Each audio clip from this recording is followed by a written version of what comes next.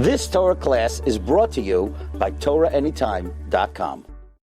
Okay, good morning, Rabbi. I want to share with you a very important thought for the Yom Tov of Sukkah, Habaleinu L'Taiva. The Torah says, Kol ha'ezrach b'Yisrael yeshvu ba'sukkos. What does it mean, Kol ha'ezrach b'Yisrael?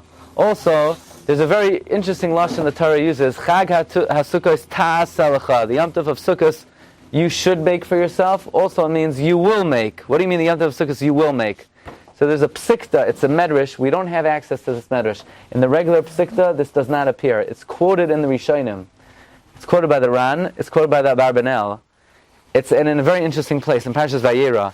It says on the words, Kein ta'aseh kasher dibarta, when the Malachim tell Abraham, so you will do. The Malachim basically say, you're going to have a son next year. Likewise, says a psikta, Chag ha'sukkah is ta'aseh lecha. Listen to Lashon HaMedrash. If you sit in the Sukkah this year, you'll be zoichet to sit in the Sukkah next year. That's the Lashon of the Medrash. So all the Farshim ask, well, in that case, then you'll never die.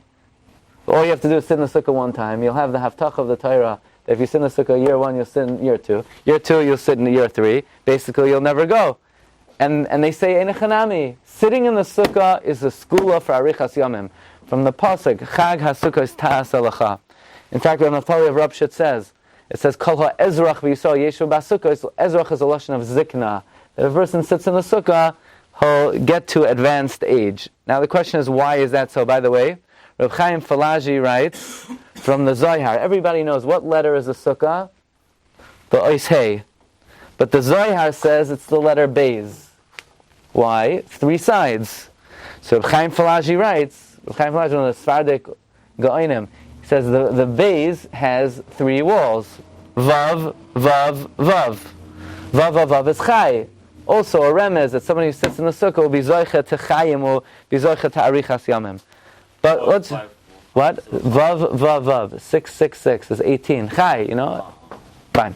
So we're going to explain, Mamish, take very quick. What's the inyan that sitting in the Sukkah brings Arichas Yamim? I heard yesterday, I went to the Svarm store, someone told me an incredible remez. My son happens to be learning the beginning of Gittin, and it's Mamish Ayam Anoira. What's the inyan that sitting in the Sukkah brings Arichas Yamim? It's well known that the Vilna Gaon said as follows. There's a pasuk in Tehillim, Parak Ayin Vav, pasuk Gimel. The Gaon says there are only 2 mitzvahs that we have that you're mekayim with your entire guf, yet your whole body goes into it. What are they?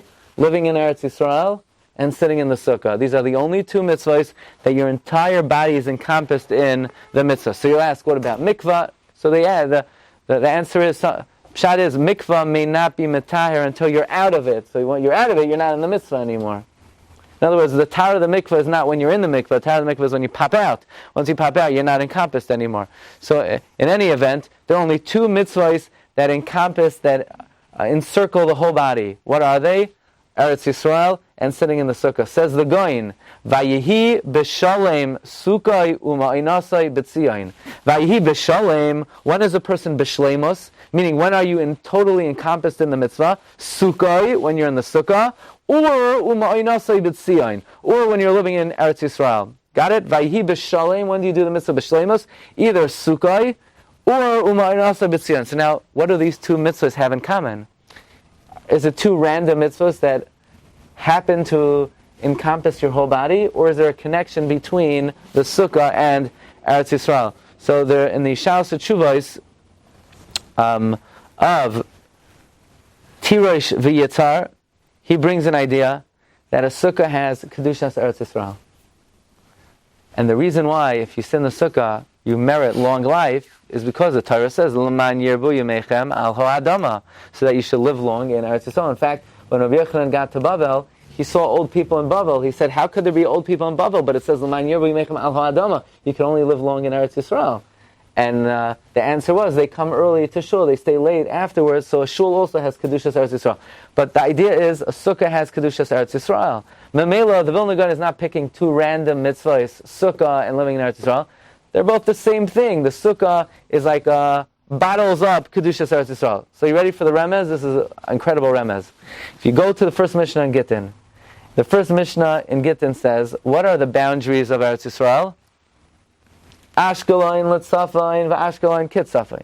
Rekem lemizrach v'rekem kimizrach. Akoy litzafim, akoy kitzafim.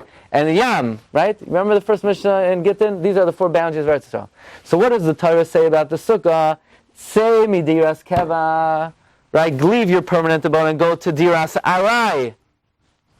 ARAI is Rashi Tevos. Ashkelon, Rekem, Akoy, Yam. The Sukkah is Diras ARAI. What does that mean, Sukkah is Diras ARAI? The Sukkah is Ashkelon, Rekem, Akoy, Yam, meaning the Sukkah are the boundaries of Eretz Yisrael. That's the remez of Reb Shem Klingsberg of Krakow, that this is also a remez to the Indian that Sukkah has Kedushat, Eretz, Yisroel, Diras, ARAI, Ashkelon, Rekem, Akoy, and Yam. So we should be zoicha to go into the Sukkah and breathe in Avira Da'ara, and hopefully it will be machkim, and it will give us skula for Arichas Yamim. Shkoyach. You've just experienced another Torah class brought to you by TorahAnytime.com.